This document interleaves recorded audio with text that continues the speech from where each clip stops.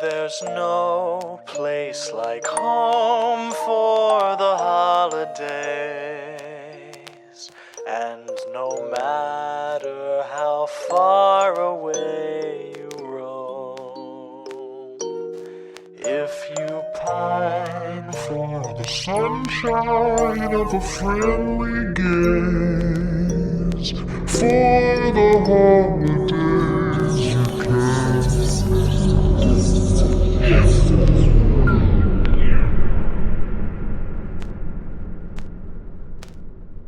Welcome back to Horror for the Holidays, a Christmas horror movie podcast. I'm Jay Logsden.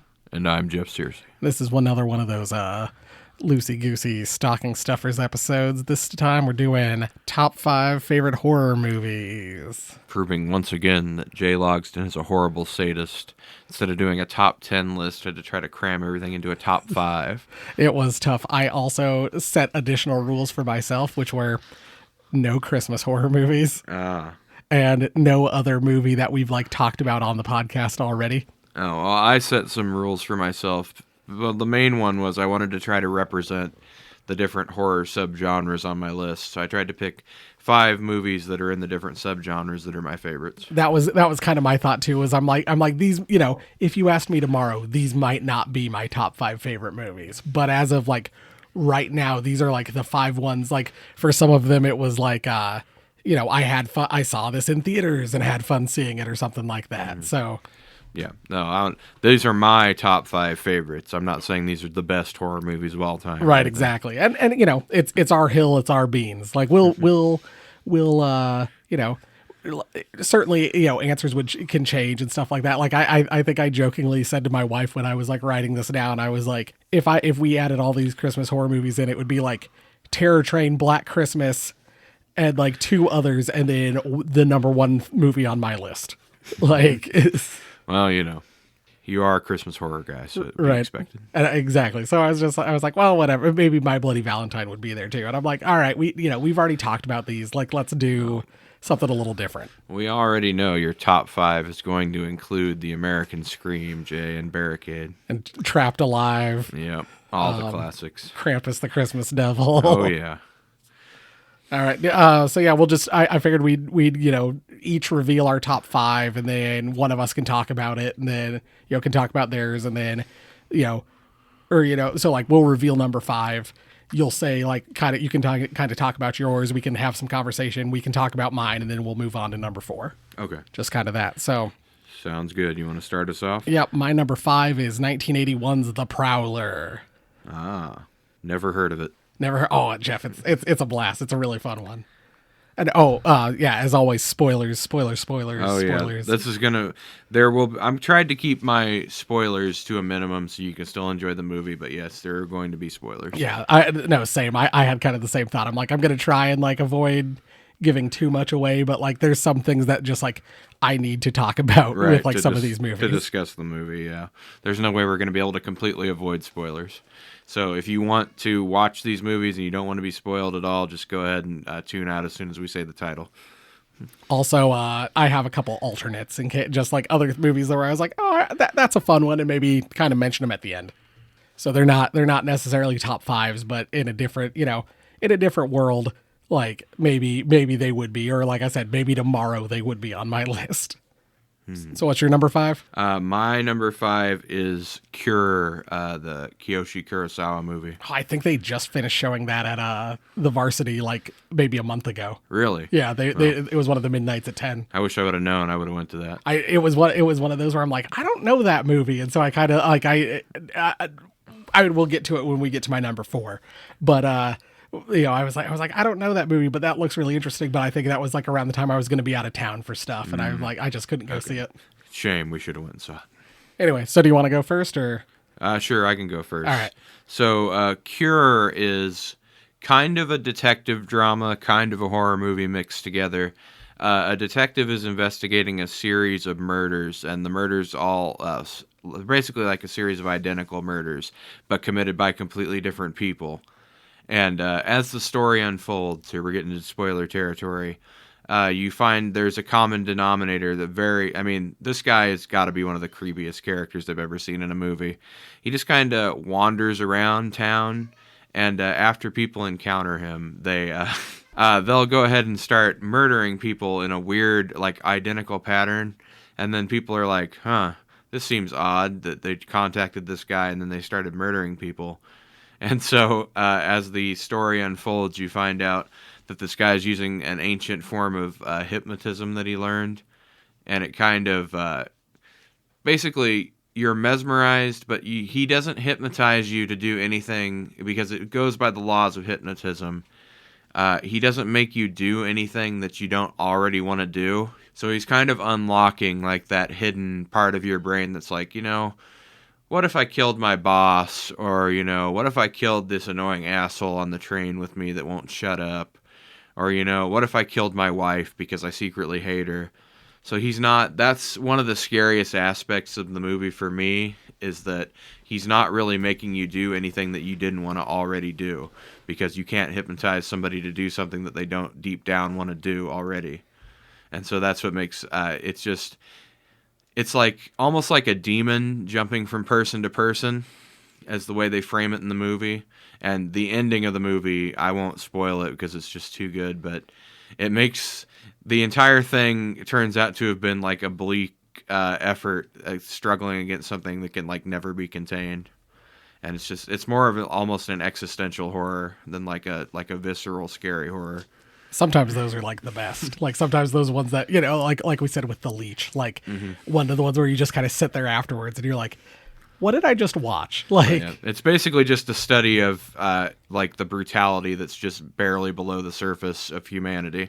It's like, if I could kill my boss and get away with it, I think I would. If I could kill my podcast co-host and get away with it, I think I would. We have similar minds. The podcast will be all mine.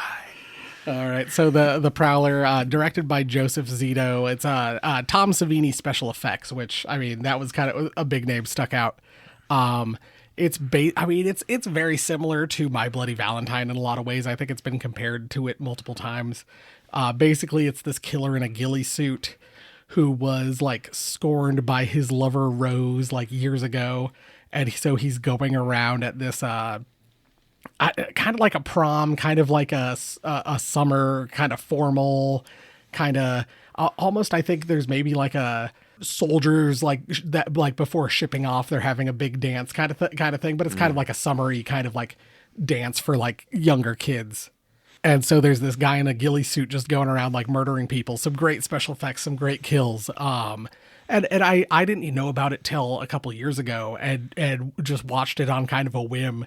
And I was like, that was amazing. Like, how have I never heard anyone talk about this movie before?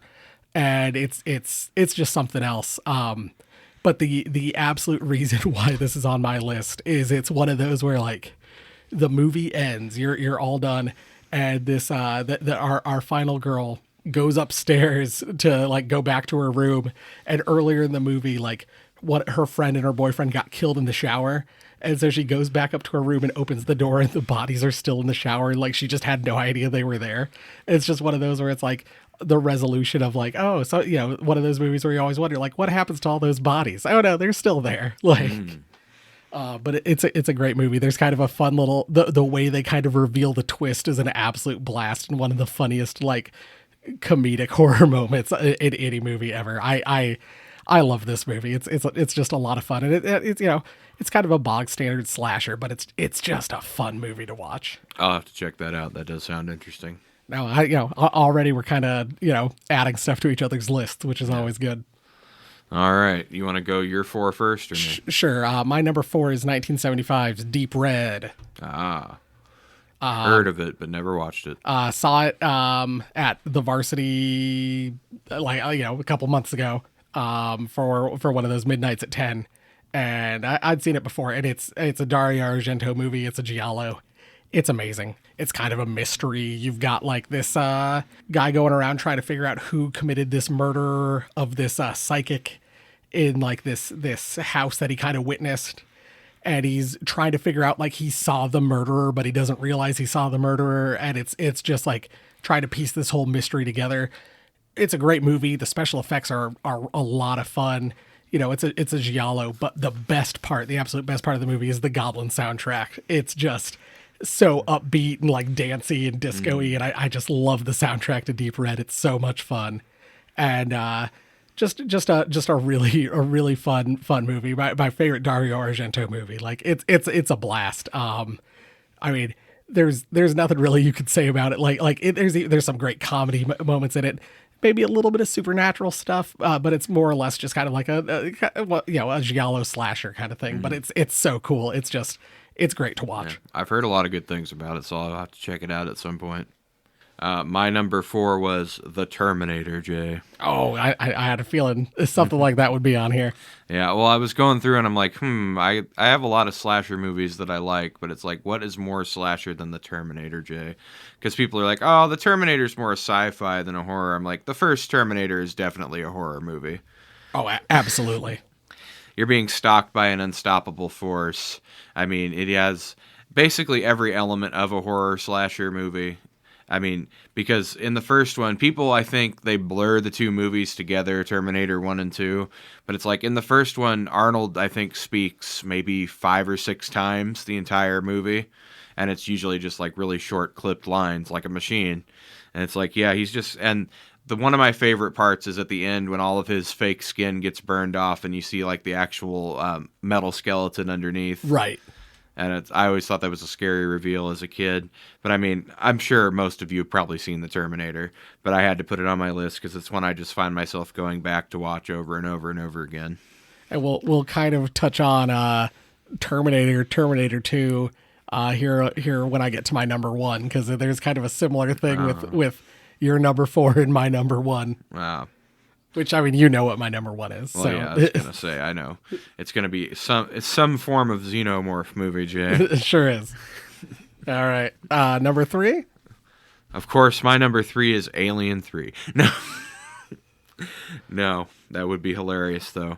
My number 3 is actually a movie that just came out last year that I was like, I need a ghost story, because there's got to be a ghost story in my top 5 somewhere.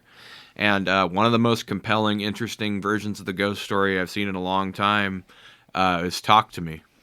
Ooh, okay. I saw it. I think I ended up seeing it 3 times while it was in the theaters. Oh, with wow. Just different people, and I never got tired of seeing it, even though I knew exactly what was going to happen. It still hit all the same. I mean, I thought it was done really well. It just flows really well. It takes a honestly tired idea of, I could talk to ghosts thing, completely spins it on its head and just makes a really interesting, nice movie to watch. No, I've not seen it yet, but everything I've heard about Talk to Me. Oh, I'm sure amazing. You'll love it. And I mean, hopefully Talk to number 2 Me comes out soon. All right. Well, for me, we're now going to enter what we're going to refer to as the Tom Atkins corridor. Uh-oh. My number 3 is Halloween 3, Season of the Witch. You're going to piss a lot of people off with that one, Jay. I felt like I needed to represent both the Halloween represent the Halloween franchise on my list, or kind of like franchises in general. Like this is kind of a stand-in not only for like all the Halloween movies, but also the Nightmare movies, Friday the 13th, Chucky's, right. Candyman's, Hellraisers, all that stuff. I was like, I need one movie, and like this is my favorite Halloween movie. It's got Tom Atkins, fucking people in it, like Tom Atkins, sex god. And it was one of those where like every year on AMC I would watch Halloween, like that Halloween marathon, and whenever Halloween 3 came on, I just had a blast. And I know people don't like it because there's no Michael, there's no Jamie Lee Curtis, like all that good stuff. But I'm like, it's such a fun movie, and it's just such a blast. And if it wasn't this, it'd be another movie to piss people off. It'd be Halloween 6. So I mean, honestly, I think people are just a little too close-minded on the Halloween franchise in general. That I think because 3 is what John Carpenter originally intended, and honestly, I think Halloween would have ended up being a better franchise if they had done what he intended to do, which was to make it an anthology and have different villains. And then you could like bring Michael back. Well, yeah, later. Like, you don't have to not ever bring Michael back again or whatever, but he does need to be the focus of every single entry of the franchise. Right. And it's such a fun movie. I mean, in this office with all this, Christmas horror movies. There's 2 Halloween, 3 pumpkins sitting around. Of course, Jay, it also highlights one of the world's greatest real-life villains, the Irish. And, and then even Halloween 6 finds a way to kind of tie Halloween 3 back into the folklore in a weird way. You gotta love those druids, Jay. But it's such a fun movie. I love the song. I love the I love the agree. masks. People who dismiss it because it's not what they think of as a Halloween movie, I think, are missing out. It's like, if you don't want to take it as a Halloween movie, just take it as its own standalone movie. It still holds up. Oh, yeah, absolutely. That's so. I was like, I have to put Halloween 3 on here somewhere. And like I said, it's kind of a stand-in for all the franchises. This is just my favorite one. Moving on, I'll do my number 2. Okay. Continuing in the Tom Atkins corridor. This time to all as a stand-in for all John Carpenter movies. It's 1980's The Fog. And I honestly could have put any John Carpenter movie here, but I was like, you know what? We're going to keep the Tom Atkins theme going of Tom Atkins fucking everybody that moves. It's funny because I was like, when I was coming up with the 5 I had to represent, John Carpenter was also one I had to represent. And so I was like, it could be The Thing. It could be. I was close to putting in The Mouth of Madness on here. I love that movie too, but I was like, I love The Fog. It's one of my favorite movies. And I mean, once again, it's got Tom Atkins in it. It's got Jamie Lee Curtis in it. It's got Adrienne Barbeau and her double D cups of justice in it. And it's just, oh man, it's such a fun movie. It got a ghost story kind of in it, like, kind of covering that base. And so it's not only a stand-in for John Carpenter, like in general, it's so much fun. I love watching The Fog every year on April 21st. Like, it's such a good movie, and it's so creepy. And it's one of those movies that I just can't say enough good about. I love watching The Fog. Yeah, I really enjoy The Fog too. It's a strong entry from John Carpenter, especially in the soundtrack department. I can never get that soundtrack out of my head. And I always think about like the town, like with all the fog in and like, and all the stuff. And I love like Adrienne Barbeau being up in the lighthouse by herself, like in the radio thing. So terrible, like one of those just like creepy atmospheric things that I just think about all the time. Like, imagine how creepy that would be. I mean, it plays on one of humanity's most basic fears, is fear of the unknown. You can't see beyond your own face. Yep. So it's like, what's out there? What's watching me now?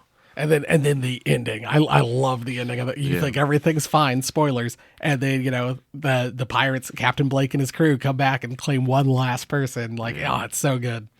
No, I agree. It is a really good movie. All right, your number 2? My number 2, I was like, well, I got to choose something from like the new wave of horror.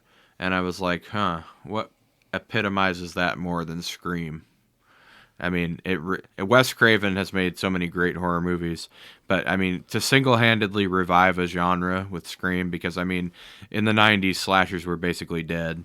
They've been done to death. I mean, what were we on that? We were by Jason Goes to Hell at that point. Right.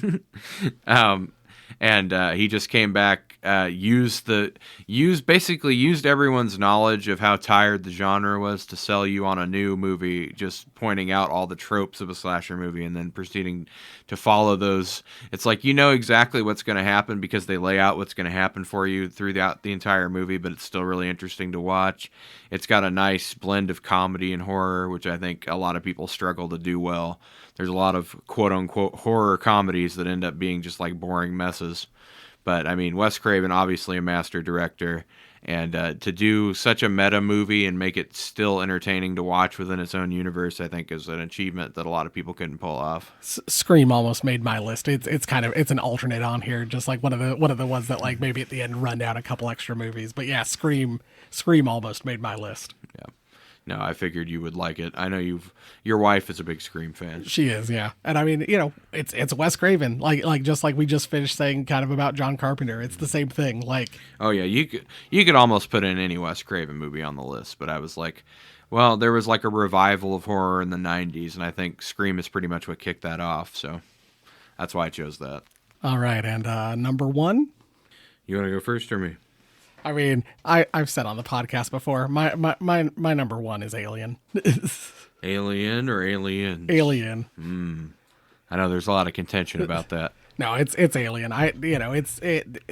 It's I have a kid named after Ripley. Like it's one of my favorite movies. I had Ridley Scott. It's fantastic. I went and saw that movie, The Martian, and like I was sitting there and I was like, why do I want to watch Alien so much? And then the credits popped up, directed by Ridley Scott. I was like, oh, that's why, because it's a Ridley Scott movie. Like I love the movie so dang much, and Aliens is great too. And that was where I was going to kind of say like, Terminator is a horror movie. Terminator 2 is more of an action. Alien is more, James Cameron. Alien is more of a horror movie. Aliens is a little bit more of an action movie. Yeah. James Cameron. I would say Aliens probably blurs the line more. Terminator 2 feels like pretty much just a straight up action movie. No, absolutely. But yeah, Aliens, I think you could still make a case for it being horror. Oh no, I agree. But yeah, I just thought it was kind of fun, like, oh hey, kind of like a weird relationship. It's kind of weird we use the same reasoning for different movies.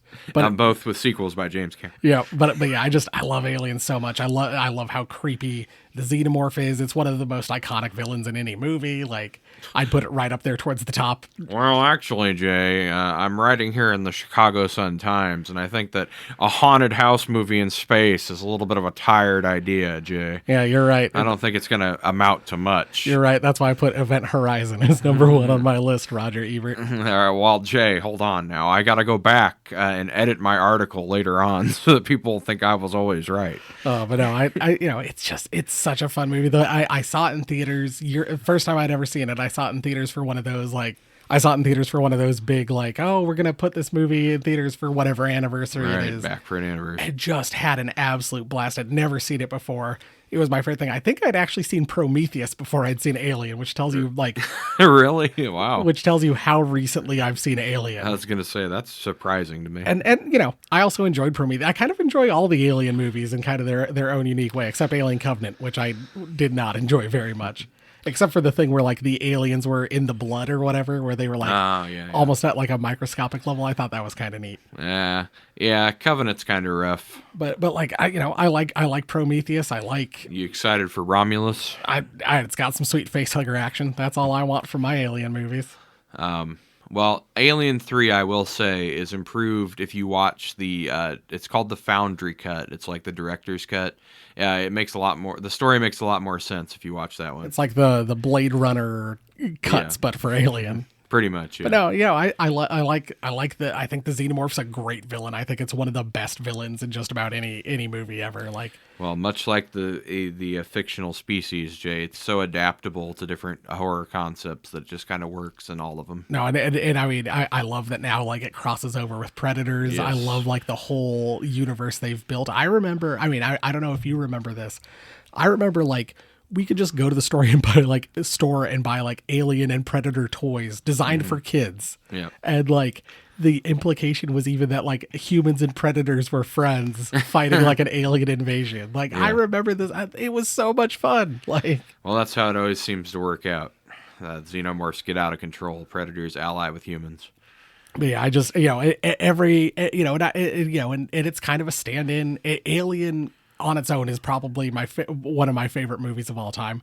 And it's also just a stand-in for all the aliens, all the predators, kind of everything in that universe, because like all that stuff is so good. All those movies are fun to watch. Well, I almost put Aliens as my number 2, but I ended up swapping it out. I was having a discussion with some friends, and they were like complaining about Prometheus and like pointing out all the plot holes or whatever, all the issues they have with it, because they actually do a pretty good job of covering up the plot holes.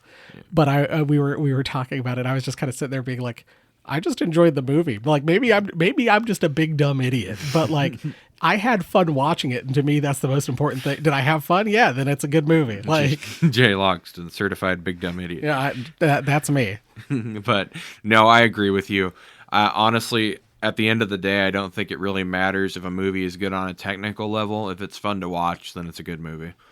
Because it's like there's tons of movies you could point out a ton of plot holes in, but are still beloved movies. Right, exactly. So yeah, that's me. That's Alien.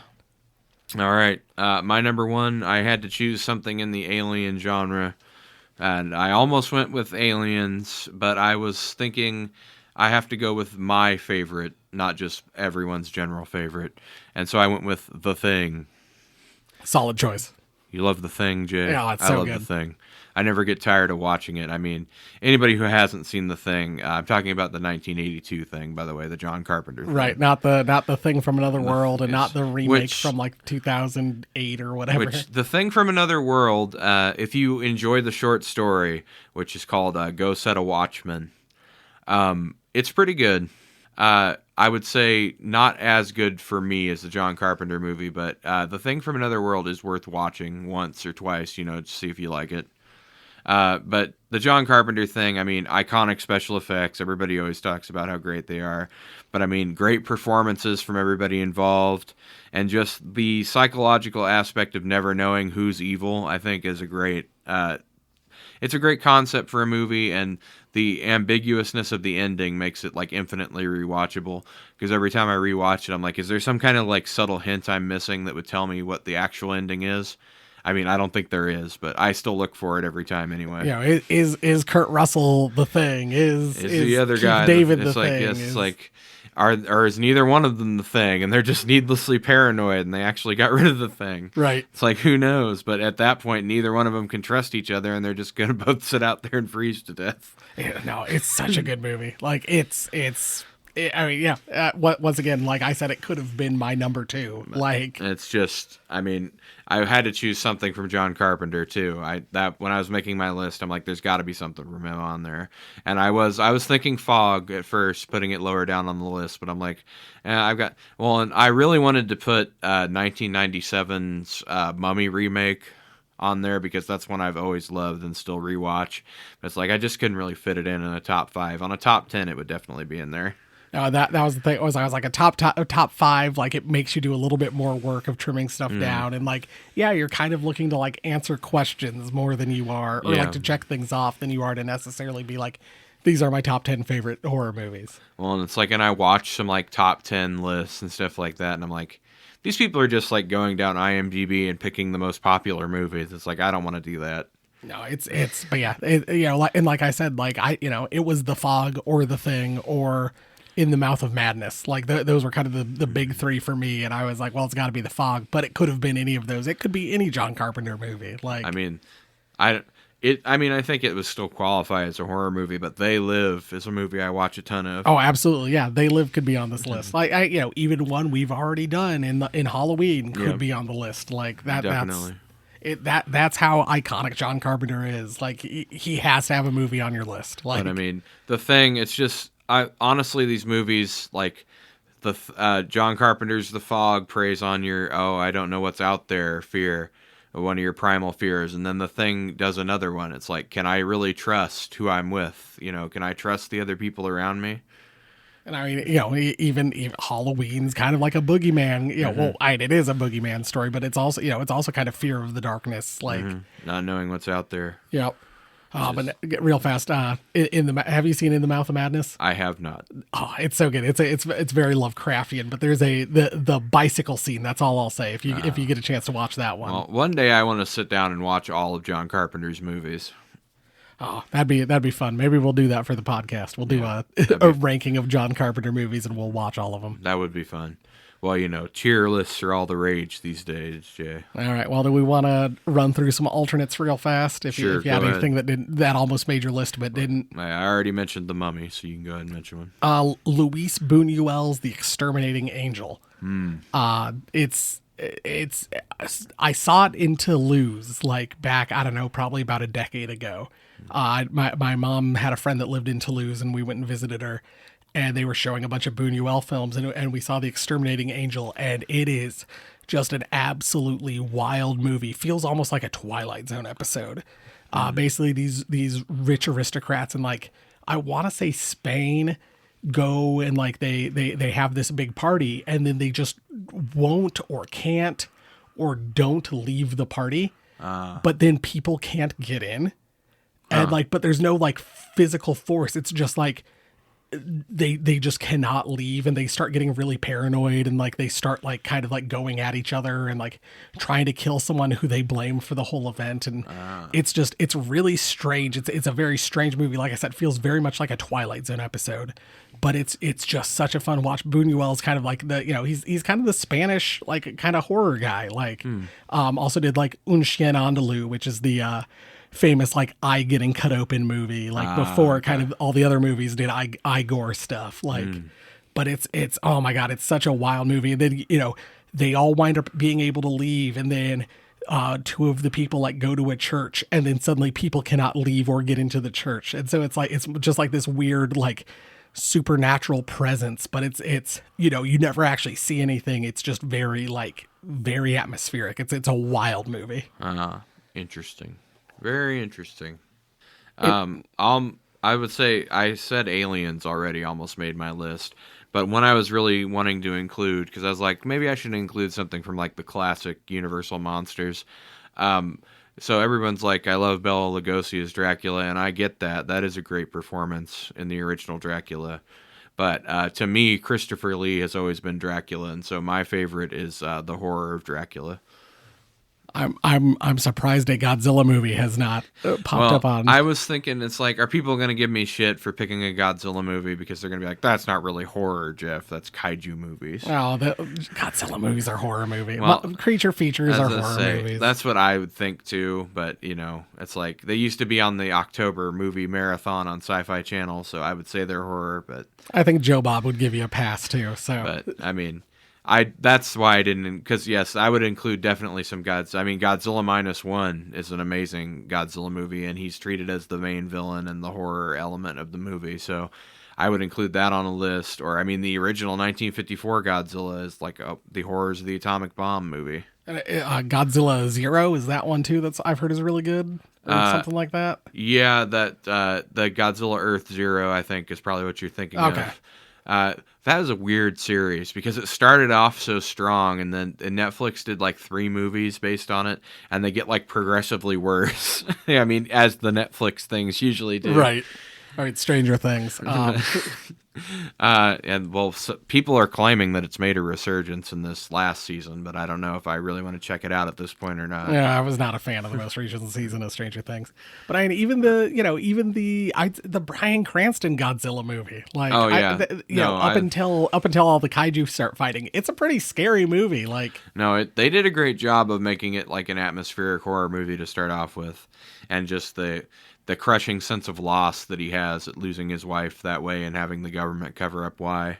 Like, now I would say those movies have gotten very actiony, but like that first one is really kind of like a scary movie. Honestly, I think people dismiss it kind of because they were like, oh, well, there's not enough Godzilla action in it. But it's like, I think there was enough monster action in it to make it a good movie. But yeah, it does. Well, I mean, it's doing basically what the Japanese Godzilla movies did. It's progressing from the original Godzilla was a horror movie, and then as it went on, it became more of like an action franchise where Godzilla became the hero.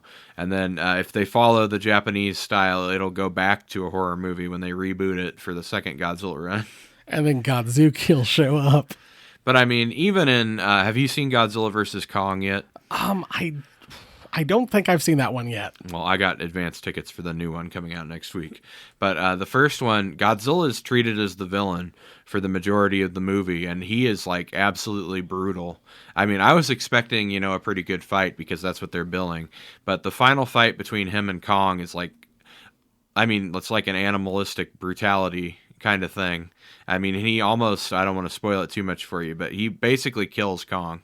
That's what I've heard. I've heard kind of like a synopsis of the movie. Say, without human intervention, Kong would have died. Which, I mean, Godzilla's cooler than King Kong anyway. So. Well, I mean, that's what I've always thought. But, I mean, they do a great job of making the motivations. I mean, it's weird to say it, but they do a great job of making the motivations of both of the main characters seem believable. Because Godzilla's trying to stop something that they don't realize is going on, which is why they think he's being a villain. But he's also... They treat the monsters as more like animals in the Monsterverse, and so he's territorial, and he sees Kong as a challenge to like his authority as the alpha predator, and so he has to put him down just based on that. And doesn't Kong like surf on a aircraft carrier or something in one of the scenes? He stands on one for a little bit. Yeah, and there's no like surfing scene. Oh darn! That would have been funny if they did. That's all. Another thing is. it takes, like, there are brutal moments like the fight between Godzilla and Kong at the end, but there are also more lighthearted, like, comedic moments. I think, honestly, it's like if Guardians of the Galaxy was translated to a monster movie, is the best way I could describe it. No, and you know, and like, yeah, it's no, I do want to check those out. They've kind of been sitting on my list for a while. Well, and there's this big rift in the fan base because -1 just came out last year, and it was a serious Godzilla movie. And everybody's like, oh, are we really going to go back to this goofy Godzilla movie? Well, it's like, well, Godzilla's always kind of been both. I mean, some of the most beloved movies in the franchise are from the Showa era, where Godzilla was objectively goofy in many movies. Right. But, I mean, if you want to put that little, like, schism in the fan base to rest, the director of -1 has already seen the new Godzilla movie, and he said he liked it, and it was pretty good. So Oh, there you go.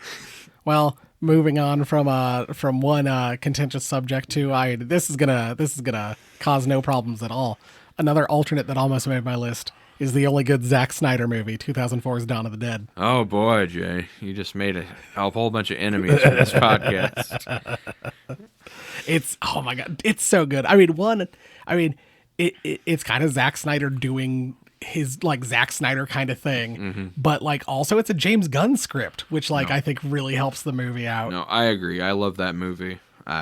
I would say it's probably his best. Either that, well, I'd say it's his best in the horror genre. I'd say his best in the action genre is 300, probably. Oh, see, I think this is better than 300. Well, no, I think it's a better movie than 300, but I think if you wanted to make the case that 300 was your favorite, I wouldn't fight you on it too much. But I mean, you know, we're certainly not going to have any issues like, you know, Grant Morrison correcting Zack Snyder on why Batman kills people, and then Snyder Bros calling Grant Morrison a hack, which is insane. But so, you know, we're not going to have any issues with that. But no, this is hands down, like, to me, I think the only good Zack Snyder movie. It's so much fun to watch. I love that opening. I love those opening credits. Like, you know, kind of copied that in Watchmen with the opening credits for. You know, where they were showing kind of all the highlights of the comic. To me, like, that's my favorite part of Watchmen are those opening credits. I mean, a great Johnny Cash song cover. Yep. Well, I mean, The Man Comes Around. When the man comes around, And as just the entire world's just falling apart, collapsing. Yep, I love that opening scene. I love or those opening credits. I love the opening scene where, like, she leaves the hospital and kind of stuff is slowly happening. She wakes up and her zombie neighbor girl is, like, right there. Love all that stuff in that movie. You know, it's so much fun to watch. I think it might be one of the best zombie movies, if not the best zombie movie. Like, No, it's so much fun to watch. I'd say it's got to be close to the best. Either that or what's that one? 28 Days Later. I love the trapped in the mall. I've always thought that's a fun thing. I love, you know, I even love, like, kind of like the goriness of, like, the zombie baby stuff. Like, No, I agree. I would definitely put it in my top 5 zombie movies. it's just, oh man, it's so good. And then I watched it again last year, and, you know, you remember, like, kind of the big people in it, and I'm sitting there, I'm like, wait a second, is the asshole the dad from Modern Family? It was. I was like, Phil Dunphy, what are you doing here? Like, Being an asshole. something I just had not realized the whole time, and then it's like, oh shit, that's Phil Dunphy. Like, it's just, oh, it's such a good movie. Like, I love that movie. It's a lot of fun. No, I could see including that on the list. But, like, otherwise, I mean, you know, like you said, Scream was an alternate, almost made my list. Like, and then, you know, of course, in all actuality, I'd have Black Christmas on here. I'd probably have Silent Night, Deadly Night, Christmas Evil, Gremlins, all those things, but they don't get to make the list because of the rule I set for myself. Yeah.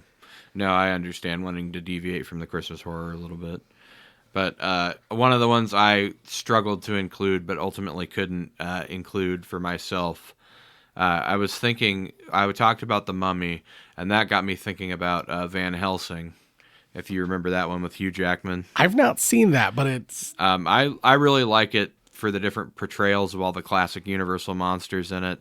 And I was thinking, it's like, I mean, I guess it is horror. It's action horror, but it's still horror. There's a lot of creepy elements to it or whatever. No, like, there's some real cool stuff. Like, I've seen some of, like, the fight scenes in that movie, and, like, there's some real cool stuff in the movie. I've never watched the whole movie start to finish. The beginning, choosing to do the beginning in black and white and making it It's basically setting up some of the tragic things for Frankenstein later in the movie.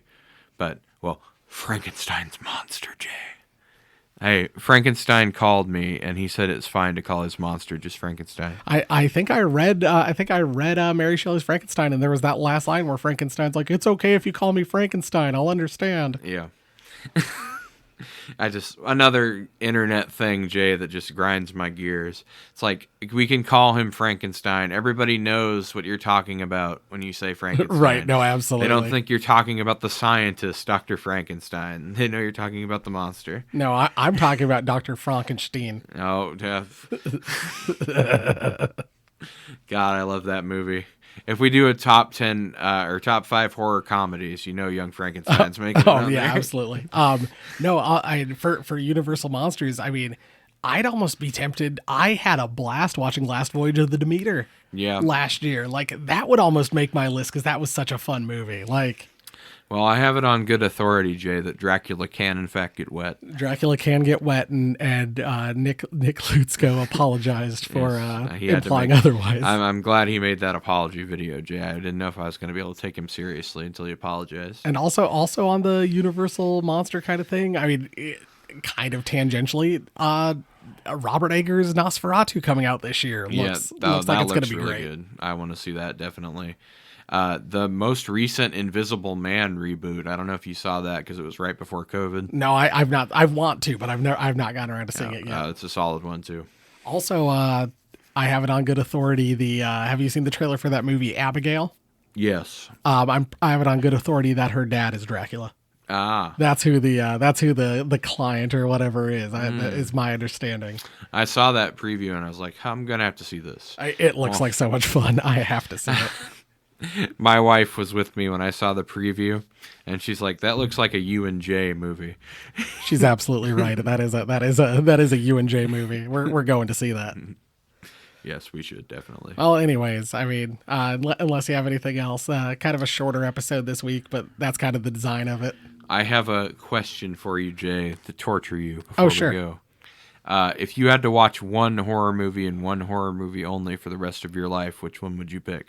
Well, see, that's easy because it is Black Christmas. I watched that movie to calm down. I'll put that movie on when there's nothing else going on. That movie will be halfway done on like Pluto or whatever on like the live channel, and I'll just turn it on because I love that movie so dang much. Like, it's not even close. Like, it could be Alien, but no, it's Black Christmas. That's easy for me. How about you? That was The Thing for me. No, and I completely get that. The Thing is a masterpiece. Like, no, Jay, it's not. It's overrated garbage. Have you seen this shit, Jay? Let's just finish up with some internet hate. There's like this wave of people being like, The Thing is actually mid as hell, Jay. Because, for these kids these days, everything is mid. Nothing is good. I still remember the guy who got mad at me for saying that Scream was better than The Shining, but I find The Shining an insufferably boring movie. Don't get me started on Stanley Kubrick, Jay. If you want to talk about somebody who's overrated, I think we just found him. I think I've tried to watch it 3 separate times and have fallen asleep at 3 separate times during the movie. I know what happens. I don't need to watch the movie. If you like his movies, and in particular, I agree with you about The Shining. I don't think it's like a masterpiece like everybody says. I think it's honestly a pretty boring movie. But if you like his stuff, I'm not knocking you or anything. Yeah. You're free to like whatever you want. Yeah, people can like what they like. Personally, I think Stanley Kubrick is an overrated director. Yeah, didn't you tell me last year that like people were talking about how The Fog was actually a bad movie? Yes, The Fog is a really bad movie, Jay. You just don't realize it because you like it while you watch it, and it seems to be well made, Jay, but actually it's not. And the people are doing the same thing with The Thing now. It's like the Thing is objectively a bad movie, Jay, and here's why in my hour-and-a-half video essay. Or is it one of those things where like people are mad because when that one guy was like, "Oh, is there a better horror director than Jordan Peele? Look, he's had 3 great movies in a row," and then Jordan Peele was like, "John Carpenter literally exists." Like, yeah. No, I'm not. John Carpenter's had like 5 great movies back to back to back to back to back. I've had 3. shut the fuck up. And so now people are like, well, we got to discount Jordan Peele's own opinion by running down every John Carpenter movie. No, I think the main reason is because the Zoomers are starting to come into their own as adults, and they're looking back on the movies they had as kids and realizing they aren't that good, and so they're trying to downgrade good movies from other generations so that they can make themselves feel better about their crappy movies. Because you're like, oh, I mean, and don't get me wrong, I don't mind a Saw. I'll watch a Saw, but a Saw is not the thing. Right, The no, Fog. absolutely. No, I mean, whatever. I mean, like what you like. I think that's kind of the general opinion of this whole podcast. Is like what you like. No, definitely. You're free to like whatever you want. I'm just saying, if you're putting up if you're putting up the classic 70s and 80s horror movies against the 2000s and late 90s horror movies, I think we know who wins. Right. No, I agree. But yeah, if you want to fight with us, leave a comment in the Yes. YouTube video of this channel. Tell us how stupid our lists are and how fat we are. Send us an email, horrorfortheholidays@gmail.com. Let us know how much you despise our list and how bad a job we did ranking top fives. Once again, like I said, tomorrow our lists may be different. These are just our lists as of today. Hell, get in touch with us on social media at horror4holidays and tell us how bad our opinions are. Yep. Leave comments on our YouTube videos, youtube.com/horrorfortheholidays. Give us your own top 5. And once you start ranking it, you'll find out it's not as easy as it sounds. No, it's really tough. Like that's why I had to have some alternates, just because I was like, yeah. I do want to shout these out. Like, Well, it's like I wanted to almost do like a Watch Mojo thing and do like an honorable mentions category. But then I was like, no, that's pretty much just a cop-out, because then it's like, these are the movies I also want to put on the list. right? No, it was really tough. Like it was really hard to narrow down to 5, and then even then I was like, well, there's like 3 movies that still at least need a little bit of praise. Yeah. Well, I was cursing your name, Jay, while I was trying to make this list. Hell, leave us a 5-star review on iTunes and tell us how bad our lists are and how bad our opinions are. Jeff and Jay know nothing about anything. Goodbye. Podcast over. All right. Well, thanks for listening. We'll see you next week with a full episode when we do April Fool's Day. Oh, the teaser. Actually, Jay, April Fool's Day is an objectively terrible movie, and let me do a 2-hour video essay on why. I think I've actually. I mean, people are torn about the movie. We'll talk about it next week. I No, guess. Jay, it's mid. It's mid. All right. Bye. Goodbye.